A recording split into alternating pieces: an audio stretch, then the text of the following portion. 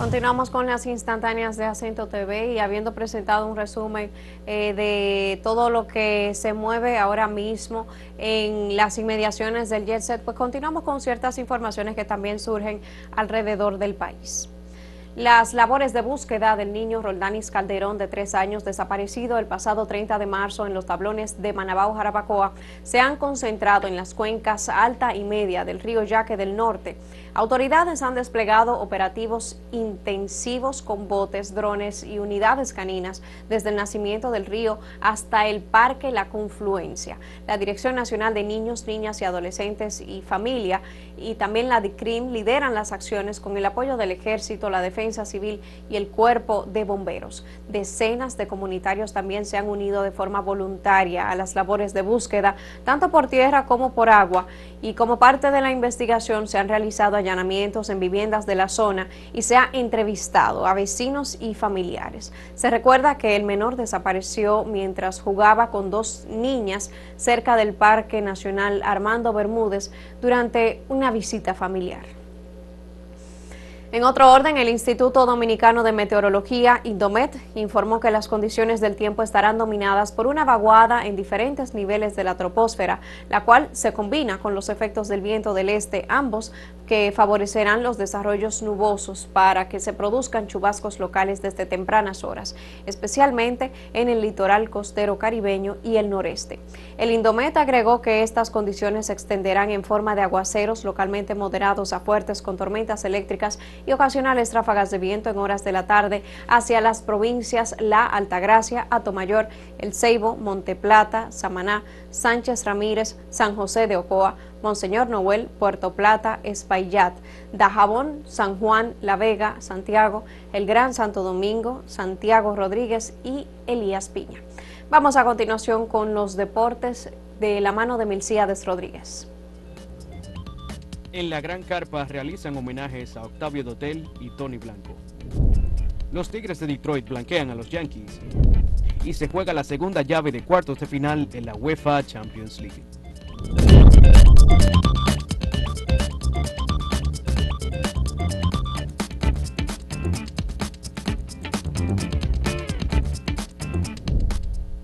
Los Mets de Nueva York y otras franquicias de las grandes ligas le han realizado homenajes a Octavio Dotel y Tony Blanco, fallecidos en la tragedia tras el colapso de la discoteca Jet Set. Cabe recordar que Octavio formó parte clave de ese equipo dominicano que ha ganado la única corona del Clásico Mundial de Béisbol en el año 2013, donde fue una pieza clave en el bullpen que todavía, a día de hoy, se reconoce como una de las grandes fortalezas que permitió al país llegar hasta el puesto más alto del béisbol mundial. Previo al inicio del juego contra los Marlins de Miami, la organización de Queens en los Mets honró la memoria del fallecido ex pelotero con 1 minuto de silencio y colocó su fotografía en la pantalla del Citi Field en el jardín central.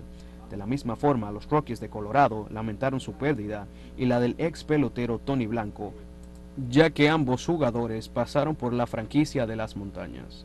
En el caso de Tony, quien estuvo mucho tiempo jugando en el béisbol de Japón, convirtiéndose en uno de los primeros dominicanos en llegar hasta el punto de megaestrella del terreno, donde lo llamaban el rey de los cuadrangulares de Nagoya, ha estado recibiendo mensajes de muchos fanáticos japoneses que lograron verlo jugando con equipos como los Bay Stars de Yokohama y los Dragones de Chunichi, donde demostró su gran poderío con el madero, conectando 39 cuadrangulares y ganando el Derby de Home Runs. Así nos despedimos de 2 leyendas del juego.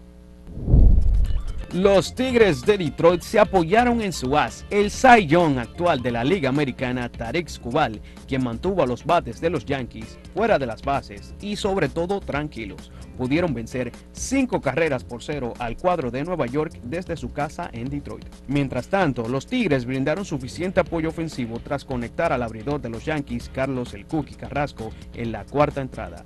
Los Tigres conectaron 3 cuadrangulares solitarios en la cuarta para ampliar la ventaja a 4-0, tras atacar primero con un elevado de sacrificio de Zach McKinstry. Spencer Torkelson, conectó el primer lanzamiento de la entrada a 404 pies hacia el bullpen de los Yankees. Tras un roletazo de out de Colt Keith, el jardinero derecho Zach McKinstry y el receptor Dylan Dingler conectaron jonrones solitarios consecutivos. Es la primera ocasión que los Tigres conectan 3 jonrones en la misma entrada desde el año 2020. Se jugaron los primeros encuentros de la fase de cuartos de final de la UEFA Champions League. En el primer encuentro de la jornada se vio como el Internazionale de Milano, el Inter de la Serie A italiana, venció en el Allianz Arena al Bayern Múnich 2-1 con un gol sumamente inesperado de Davide Fratesi al final del encuentro. Y desde Londres, Inglaterra, el cuadro Gunner en el Arsenal cantaron Rise, Rise Baby. Declan Rice metió 2 goles de tiro libre en contra del Real Madrid para que el equipo inglés venciera 3-0 al cuadro español.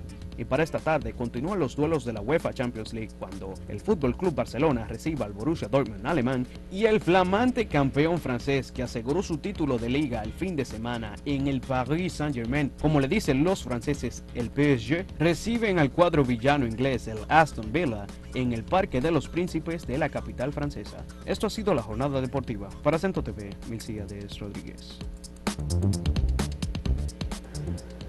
Gracias, Milcíades, por ese resumen. Pasando al plano internacional, los nuevos aranceles de Estados Unidos a casi 60 países, entre ellos un recargo del 104% a China, entraron en vigor este miércoles, haciendo, ya como sabrán, temblar los mercados bursátiles. China respondió a los recargos anunciando un nuevo incremento de sus aranceles a los productos estadounidenses que los elevan a 84%. Los detalles a continuación.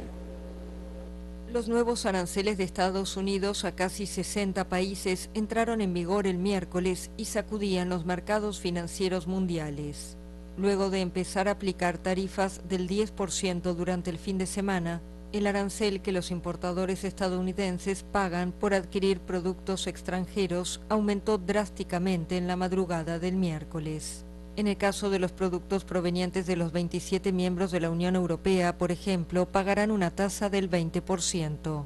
Pero los más afectados son los bienes de China, el principal rival económico de Estados Unidos, que tendrán aranceles que suman un total de 104%. El gigante asiático ratificó el miércoles que combatirá esa medida hasta el final y anunció a su vez un nuevo incremento de sus aranceles a los productos estadounidenses, a 84%.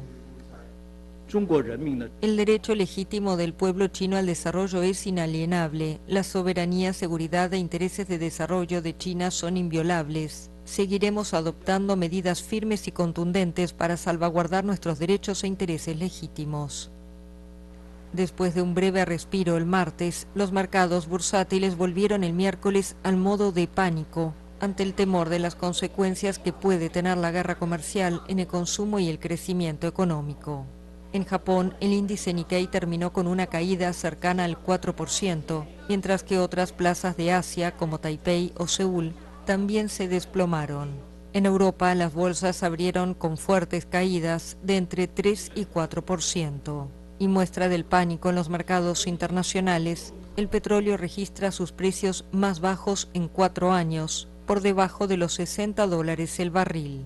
En un mensaje en su red Truth Social, Trump llamó el miércoles a las empresas a instalarse de inmediato en Estados Unidos para evitar la aplicación de aranceles.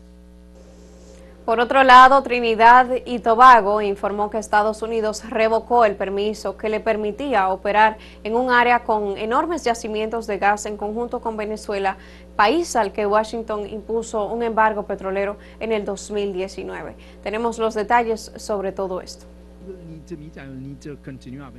Trinidad y Tobago informó el martes que Estados Unidos revocó el permiso que le permitió operar en un área con enormes yacimientos de gas en conjunto con Venezuela, país al que Washington impuso un embargo petrolero en 2019. Ambos países suscribieron acuerdos con las transnacionales BP y Shell para la explotación conjunta de ese hidrocarburo en aguas del Mar Caribe, donde se han hallado grandes reservas. La decisión sigue a acciones similares de Estados Unidos contra gigantes energéticos como la estadounidense Chevron, la española Repsol y la francesa Maurel & Prom.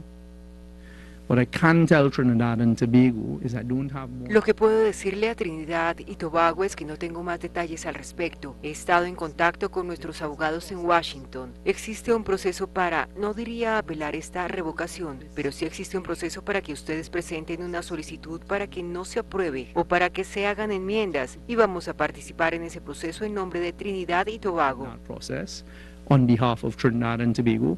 Young indicó que solicitó una reunión con el secretario de Estado estadounidense, Marco Rubio, para discutir la medida. Trinidad y Tobago es el segundo productor de gas del Caribe. El presidente Donald Trump impuso el embargo en su primer gobierno como parte de una ofensiva internacional para derrocar al presidente izquierdista Nicolás Maduro en el poder desde 2013.